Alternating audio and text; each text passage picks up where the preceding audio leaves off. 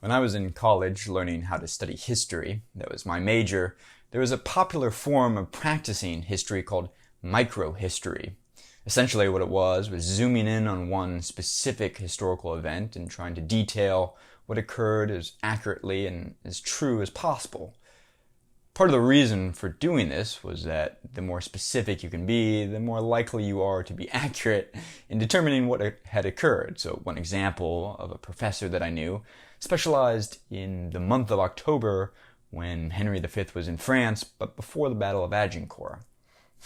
He was the domain expert on these few months when this English king was in France.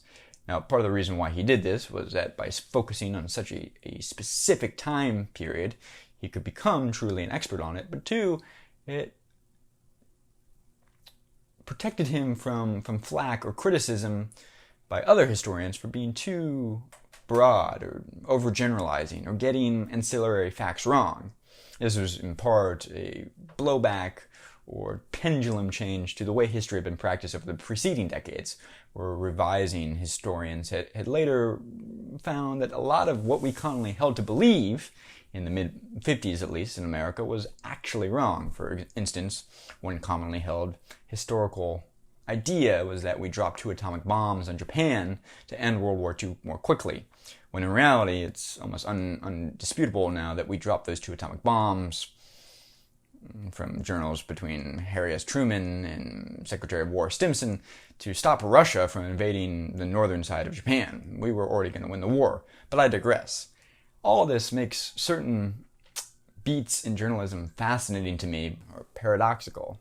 And I don't mean to beat up on climate reporting, but I think it makes a good example. So climate reporting, or the art of reporting on climate change, I find fascinating as a trained historian, partly because it's such a broad topic, but we only report it as if there's one side. And you can feel strongly that there is only one side to the reporting, that climate change is indeed happening. But even if we go with the common consensus that the climate is changing, it's such a broad statement that there's so many other nuances. Like, I wonder whenever I read a climate report from a climate reporter, why I'm always hearing headlines or sources from specific areas, like the IPCC, or the UN, or the governor of California whenever he blames something on climate change, or even California electric companies that are blaming climate change. Why are these worthy sources for what is newsworthy in climate change, but never the study by Exxon, never the study by BP, never the study by the physicist who happens to disagree with the biochemist? We report climate information as if there is only one correct narrative and all others are heretical, which they may be, but without reporting heretical, we can never understand what they think or why they disagree with why the climate is changing, or why they disagree with certain tenets of climate change. And to do so, I think, only harms us as readers, to not understand more complexly what we should be reading about. For instance, immediately in my mind, a fascinating climate story might be why it's smart for the United States to buy Greenland, particularly if the Earth is starting to heat up and large amounts of land will suddenly be arable and farmable. We bought Alaska from Russia, why not Greenland? Indeed, doing a piece on the fact that it's not even the first time the US has tried to buy Greenland. After World War II, a bunch of high command US generals realized what a strategic asset Greenland was, particularly as a landing or springboard for Europe. And we offered to buy Greenland then. They turned us down, but we stationed a base there and have ever since. It's particularly why we're so concerned about China's involvement in Greenland to this day. There's endless interesting stories to pursue that might be laughable at first, but as we dig deeper, could lead to lots of interesting, debatable, and ultimately insightful topics. Buying Greenland is one of them. What 5 countries actually benefit the most from climate change?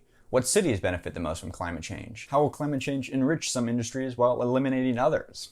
These are all interesting stories that sometimes I feel like I don't get a chance to read because we laugh them off as consumers and as reporters. They don't fit part of the dark and moody narrative that all climate change is equally bad for all of us an equal amount. So I can't help but circle back to microhistory and wonder if we should apply some microhistory to journalism, burrowing down, digging deeper into what California is doing with climate change. What are the different players, and how do different industries feel about climate change?